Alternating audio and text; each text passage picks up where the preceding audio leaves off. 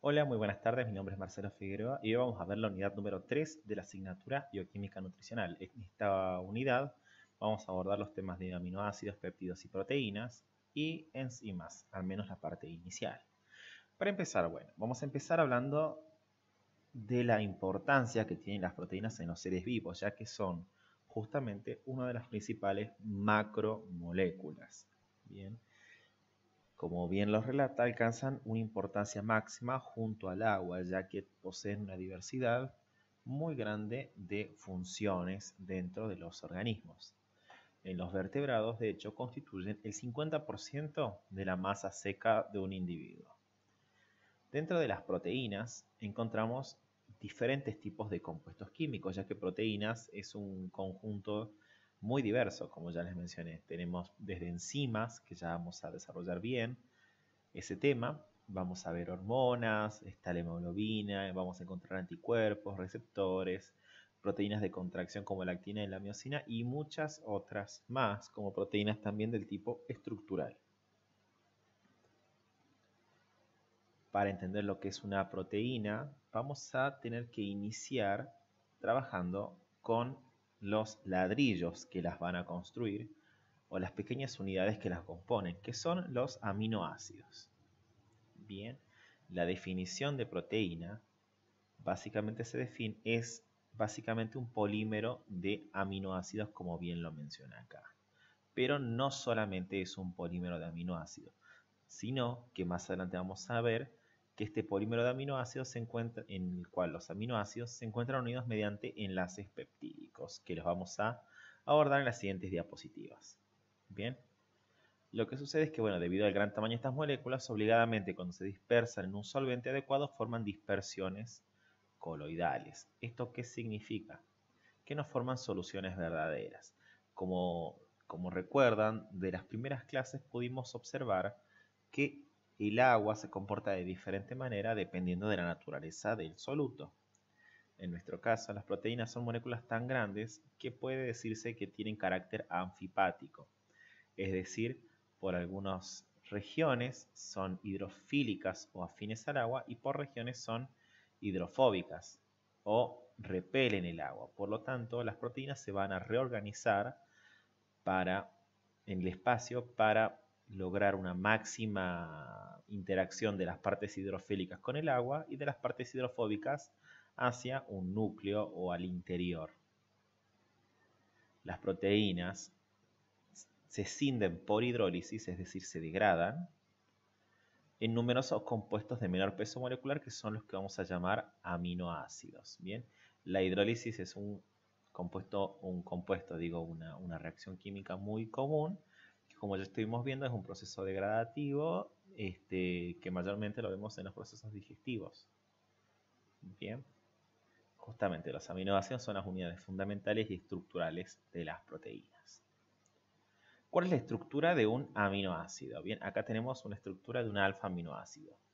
Vamos a tener un carbono central, una cadena R, que ya vamos a ver de qué se trata, y lo que siempre vamos a ver es un grupo carboxilo, que es este carbono 2 oxígeno hidrógeno, y un grupo amino, que poseen características completamente diferentes. Mientras que el grupo carboxilo es un grupo ácido, el grupo amino es un grupo básico o alcalino.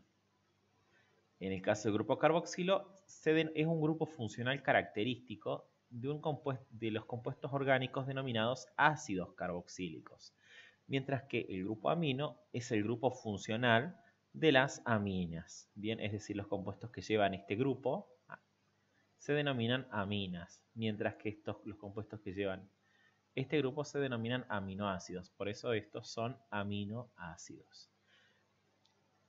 Existen una diversidad grande de aminoácidos, pero que preservan el grupo carboxilo y el grupo amino.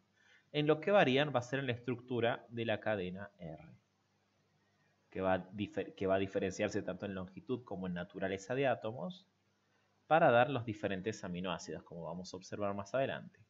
La clasificación de los aminoácidos abarca 6 grandes grupos, dentro de los que podemos encontrar, por ejemplo, los más simples, que son los aminoácidos alifáticos neutros con cadena apolar.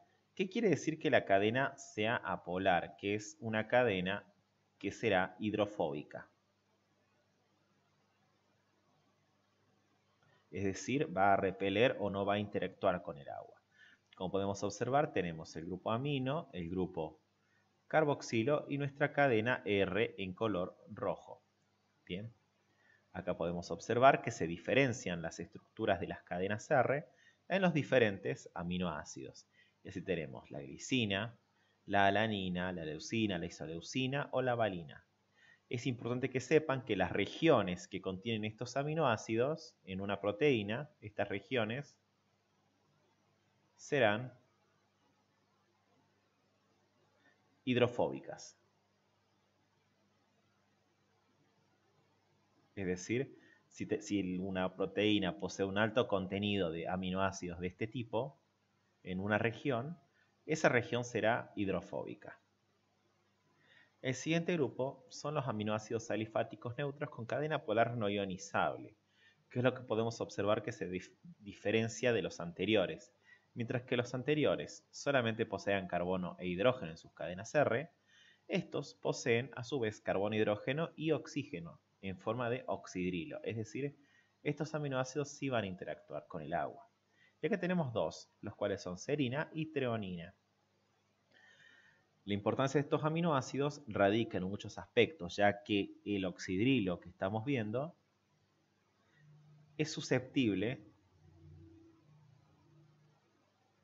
a fosforilación.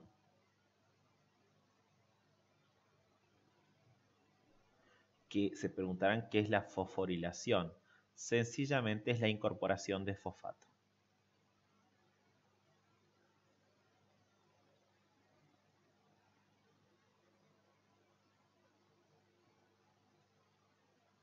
Existen muchísimas maneras de regular la actividad de las proteínas. Una de ellas es incorporar fosfato mediante un proceso que se denomina fosforilación.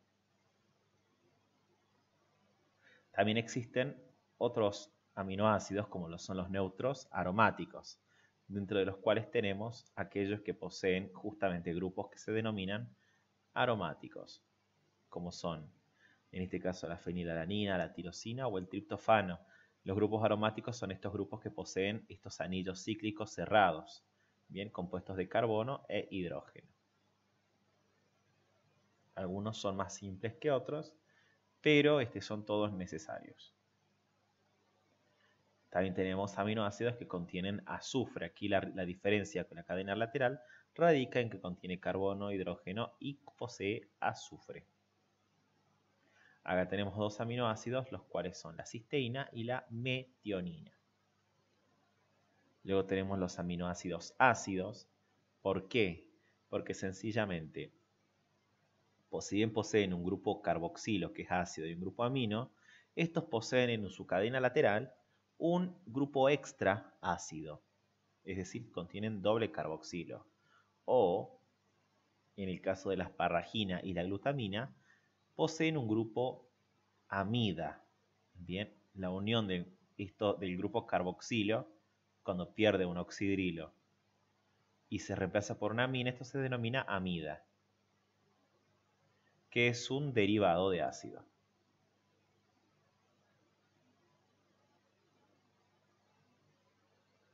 Por eso es que se los considera dentro de este grupo. Bien, y estos se denominan aminoácidos ácidos.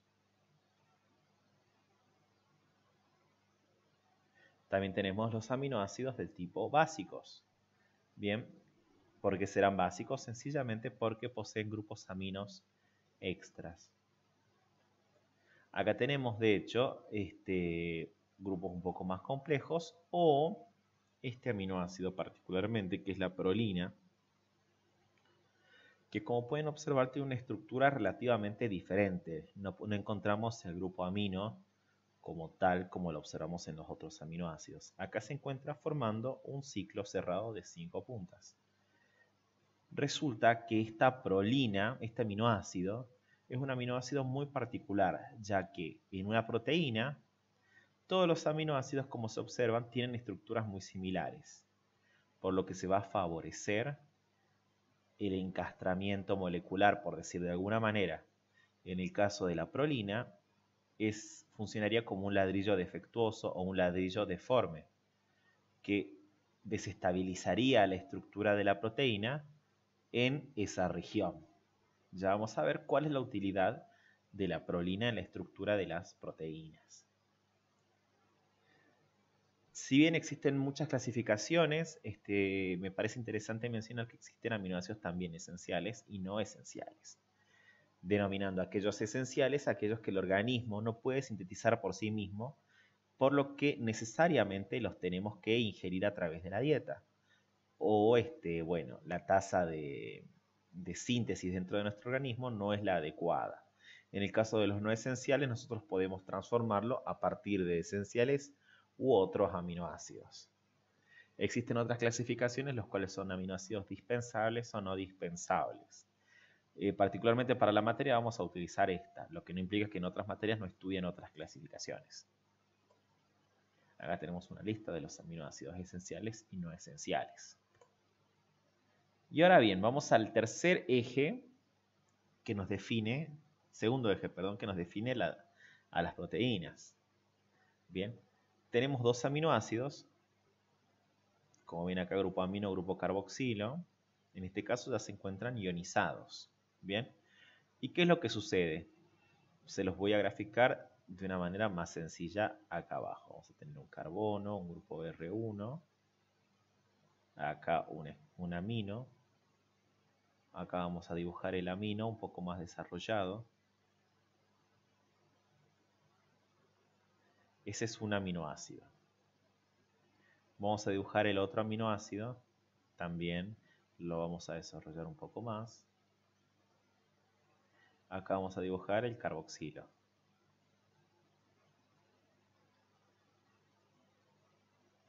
Y acá el amino que corresponde.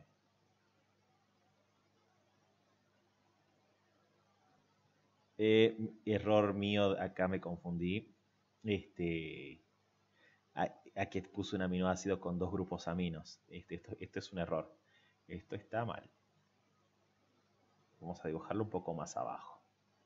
La verdad que no sé cómo funciona el borrador acá, así que lo dibujaremos un poquito más pequeño. Tenemos nuestro aminoácido acá, R1, H. Acá vamos a dibujar el grupo carboxilo como corresponde. Y acá el grupo amino. Y acá vamos a hacer otro aminoácido exactamente de la misma manera. Vamos a tener acá el grupo amino, un poquito más desarrollado. Vamos a ver cómo se comportan esos enlaces. Son dos hidrógenos para un nitrógeno, que es lo mismo que esto, solamente que acá lo vamos a ver más bonito. R2. Aquí vamos a tener un carbono con oxígeno y su oxidrilo respectivo. Y acá un hidrógeno. Bien. Tenemos dos aminoácidos diferentes. El enlace peptídico, ¿en qué coincide? En que se va a unir este carbono con este nitrógeno. ¿Quiénes se encuentran en el medio? Este oxidrilo y este hidrógeno, que se van a perder ambos en forma de agua. Como pueden observar, tenemos dos hidrógenos y un oxígeno. Y entonces se va a lograr unir este carbono con este nitrógeno, como podemos observar acá. Espero que lo hayan entendido. Y si no, me preguntan en los comentarios dentro del grupo de Teams. Bien, y este es un enlace peptídico. Las proteínas se caracterizan por ser justamente polímeros de aminoácidos unidos mediante enlaces peptídicos. Esto que indica que los aminoácidos se van a unir uno al lado del otro mediante enlaces peptídicos. Y así tenemos péptidos, que son grupos o líneas de hasta 10 aminoácidos, polipéptidos que alcanzan los 50, y si ya tiene más de 50 aminoácidos, vamos a hablar de proteínas propiamente dichas. Como se pueden observar, son sustancias grandes, son moléculas grandes, por eso se denominan macromoléculas. Las proteínas tienen 4 niveles estructurales a partir de los cuales se pueden organizar. Vamos a ver cada uno en detalle. La estructura primaria es lo que se conoce como secuencia de ordenamiento de los diferentes aminoácidos en una proteína. ¿Esto qué indica? Esta secuencia es la más sencilla o el nivel más básico de organización que tiene toda proteína. Va a ser, por ejemplo, una metionina unida al lado de una glicina, unida al lado de un ácido aspartico, unido al lado de una asparragina, unida al lado de una cisteína, y así, etcétera. Un triptofano. Entonces, la secuencia lineal a partir de la cual nosotros observamos que se une un aminoácido respecto del otro, es lo que conocemos como estructura primaria. Es una configuración de aminoácidos.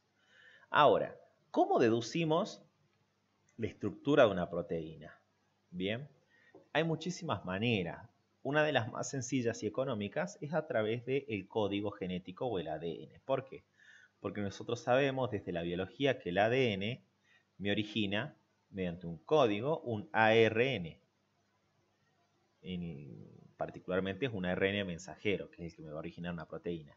Y ese ARN en el ribosoma se va a traducir en una proteína propiamente dicha. ¿Qué es lo que sucede? Si yo conozco la secuencia de ADN, puedo predecir con mucha certeza la estructura de la proteína. Y conocer la estructura del ADN es bastante más económico que conocer o secuenciar una proteína, que no es un proceso económico, como bien les mencioné, ni práctico. Existe una segunda o un siguiente nivel de organización, que es la estructura secundaria. Todas las proteínas tienen por lo menos hasta la estructura terciaria, vamos a observar. Bien, una vez que tenemos un aminoácido unido al lado del otro, la disposición espacial que adoptan inmediatamente es lo que nosotros vamos a conocer como estructura secundaria. Sería como tenemos una línea de aminoácidos, que eso sería una estructura primaria. Vamos a ver que cuando se empieza a plegar en el espacio, formando hélices, disposiciones al azar o láminas, es lo que conocemos como una estructura secundaria. Y es justamente lo que vamos a ver. Existen tres grandes disposiciones, lo que no implica que no hayan más, las cuales son la hélice alfa, lámina plegada beta y disposición al azar propiamente dicho. Aquí tenemos mencionadas las tres. La hélice alfa es básicamente un enrollamiento de esta cadena de aminoácidos sobre un cilindro, bien, un eje imaginario. La hélice gira en el sentido de las agujas del reloj, es dextrógira. Bien. ¿Y cómo se sostiene esta estructura? Acá tenemos un aminoácido, acá tenemos otro aminoácido. Como pueden observar, se forman entre los diferentes aminoácidos puentes hidrógenos, que son los que van a sostener, son los pilares de esa estructura. Es una estructura relativamente rígida. Bien. Y justamente la presencia de prolina, este aminoácido con una estructura típica, impide que la formación de esta estructura, al igual que los restos de aminoácidos con cadenas largas y cargadas, dispuestos de manera próxima, que interactúan electrostáticamente. Es decir, la prolina impide que se formen hélices alfa.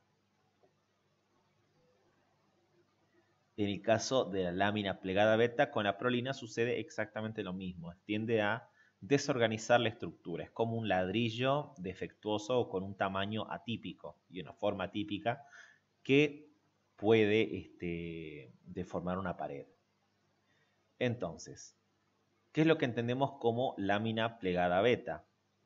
Son estructuras laminares que presentan un plegamiento en zigzag, como podemos observar. Acá tenemos una cadena de aminoácidos y acá tenemos otra cadena de aminoácidos. Bien, ¿qué es lo que sucede? Esta cadena no interactúan de manera lineal, sino que se encuentran formando láminas plegadas, como si fueran hojitas. Y obviamente también a través de puentes de hidrógeno que sostienen estos enlaces. A diferencia de la hélice alfa, La lámina plegada beta ocurre entre dos cadenas que no necesariamente pueden ser contiguas. En el caso de la hélice alfa es la misma cadena, una única cadena, la que se enrolla sobre sí misma en el sentido de las agujas del reloj. Y al igual que en la lámina alfa, no es lámina, es hélice alfa, los puentes de hidrógeno son importantes para sostener la estructura, funcionan como si fueran pilares. Bien, ahora existen dos grandes formas de proteínas. Tenemos proteínas globulares y proteínas fibrosas. Las proteínas globulares, como las vamos a mostrar acá, tienen forma justamente de glóbulo y generalmente están compuestas por las tres estructuras, es decir, la hélice alfa, beta y disposición al azar. Mientras que las proteínas fibrosas contienen en su mayoría disposiciones alfa y beta. Una proteína fibrosa puede tener una predominancia de un eje respecto del otro. Bien. En cambio, las globulares no. Esta es una proteína globular y esta es una fibrosa. Usualmente las proteínas globulares son solubles en agua, mientras que las fibrosas son insolubles. Como pueden ver, las proteínas fibrosas son estructuras rígidas y solamente contienen, y justamente pero contienen solamente hélices alfa y láminas plegadas beta. Es como si tuviésemos una hélice alfa, una lámina plegada beta, una hélice alfa, una lámina plegada beta, hélices alfa, etc. en una misma proteína. Y como son todas estructuras rígidas, se produce una predominancia de un eje respecto del otro. En cambio, las proteínas globulares poseen segmentos con disposición al azar. ¿En qué ayuda una disposición al azar? Ayuda a que la proteína conforme una forma globular. ¿Cómo funciona esto? Básicamente, como son las regiones al azar, son regiones altamente plásticas o móviles. Funcionan como si fueran hilos, bastante flexibles. Entonces, a diferencia de una hélice alfa que es rígida, vamos a tener una disposición al azar que me va a ayudar a torcer la molécula para colocar una lámina plegada beta, la voy a seguir torciendo y colocamos una hélice alfa que es rígida, torcemos la molécula, una lámina plegada beta, y lo que le va a permitir es a la molécula reorganizarse de manera tal que pueda exponer las regiones hidrofílicas hacia el exterior y las regiones hidrofóbicas hacia el interior. Cosa que no sucede en las proteínas fibrosas donde tienen estructuras rígidas como la lámina plegada beta o la hélice alfa nada más. Y aquí radica la importancia de la prolina, la cual va a generar estructuras al azar. En el caso de la estructura terciaria, ya estamos hablando de una disposición tridimensional de la proteína, propiamente dicha. Va a ser el conjunto de láminas plegadas beta, hélices alfa y disposición al azar que va a adoptar una proteína. Las proteínas del mismo tipo, es decir, por ejemplo, todas las hemoglobinas, tienen una disposición igual, similar. No es una disposición al azar, sino es una disposición termodinámicamente estable. Es la más estable, es la que adopta. En este caso, existen fuerzas responsables del mantenimiento de dicha estructura, dentro de las cuales vamos a encontrar 4. Unas son fuerzas de atracción y repulsión electrostática, es decir, cargas positivas se atraen con cargas negativas. Enlaces puentes de hidrógeno, que también funcionan como si fueran pilares, al igual que las de atracción electrostática. También están las de presencia de cadenas hidrofóbicas o hidrofílicas que interactúan entre sí. Y los puentes disulfuro. Esto vamos a observar que se da entre dos aminoácidos sulfurados. Aquí vamos a observar, aquí tenemos una fuerza de atracción electrostática. Acá tenemos el grupo amino ionizado que nos da positivo con un grupo oxidrilo ionizado que es negativo, que se van a atraer electrostáticamente. Acá tenemos un puente de hidrógeno entre un hidrógeno y un oxígeno. Acá tenemos una interacción hidrofóbica, porque estas moléculas son hidrofóbicas ambas. Entonces, hidrofóbico con hidrofóbico tienden a interactuar. Y acá tenemos lo que se denomina puente disulfuro. Hasta acá era un aminoácido sulfurado, mientras que hasta acá era otro aminoácido sulfurado que tienen la capacidad de formar estos puentes con dos azufres, los cuales forman enlaces covalentes muy fuertes que ayudan a sostener la estructura de la proteína. Todas estas interacciones ayudan a sostener una estructura tridimensional de la proteína. Muchísimas proteínas llegan a este nivel de estructura y son funcionales. Bien, de hecho, todas las proteínas tienen que tener una estructura terciaria, ya que es la que garantiza una disposición más estable y una funcionalidad completa. Pero existen proteínas que se denominan oligoméricas, bien, que vendrían a ser conjuntos de proteínas, es decir, más de una cadena de proteínas con estructura terciaria, que se unen para formar una estructura cuaternaria. Por ejemplo, la gonadotrofina coriónica, que es una hormona, posee numerosas subunidades, que serían péptidos o mini proteínas. Bien, vamos a colocar acá y una acá, a pesar de que esta puede que no sea la estructura completa. Existen subunidades dentro de las cuales tenemos la famosa subunidad beta de la gonadotrofina coriónica, que es la que se detecta en los test de embarazo.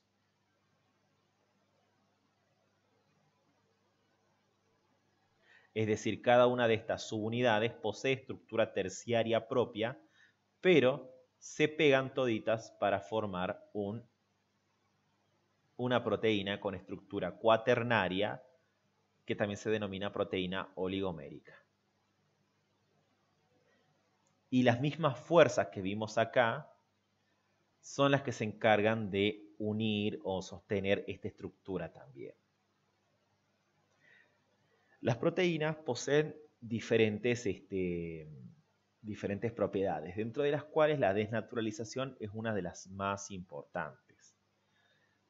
Una proteína, para que se desempeñe adecuadamente, requiere una conformación adecuada, desde la primaria hasta la terciaria y la cuaternaria si es que la posee, cosa que no es necesaria. Existen agentes físicos y químicos que modifican esa estructura de la proteína, y es justamente esa la definición de desnaturalización, que es la desorganización de la estructura molecular acompañada de una pérdida de propiedades y funciones naturales de la proteína. Un ejemplo típico es la clara de huevo, que por acción del calor nos da un huevo duro. Bien, la desnaturalización normalmente es un proceso irreversible, como podemos observar, y en este caso las albúminas presentes en la clara de huevo se desnaturalizaron, perdieron su función y precipitaron y coagularon por acción del calor. Existen otros agentes físicos y otros agentes químicos, como lo son la radiación UV, en el caso de los agentes físicos, y de los agentes químicos existen compuestos desnaturalizantes.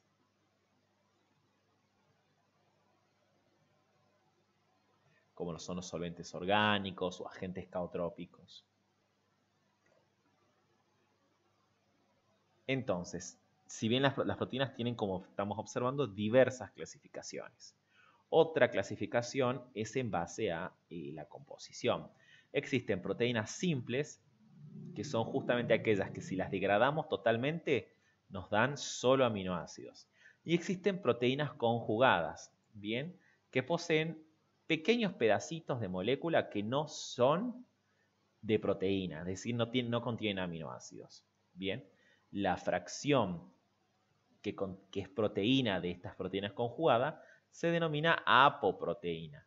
Y ese pedacito, ese compuesto químico distintivo que no es proteína, se denomina grupo prostético, de los cuales pueden haber diferentes tipos.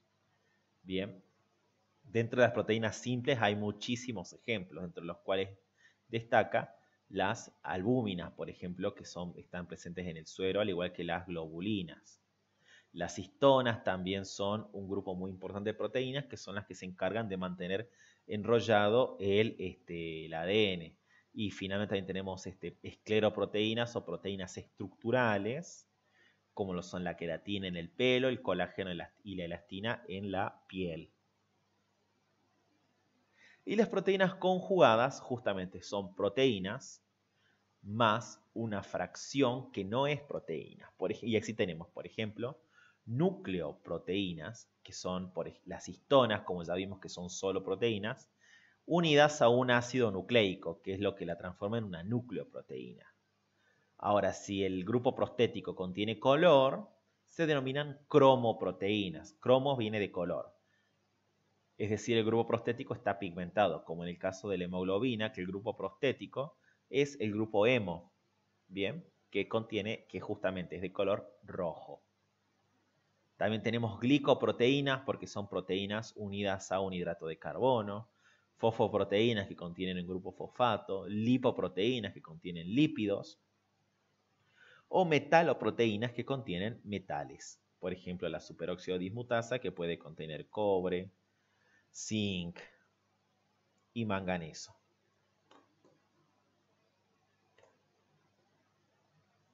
Hasta aquí vimos un pantallazo rápido de lo que es proteínas. Vamos a abordar en un siguiente video el concepto de enzimas integralmente. Espero que les haya servido la clase. Les pido que por favor lean la unidad correspondiente de blanco y estudien mucho para los exámenes de asistencia que retomarán esta semana. Muchísimas gracias.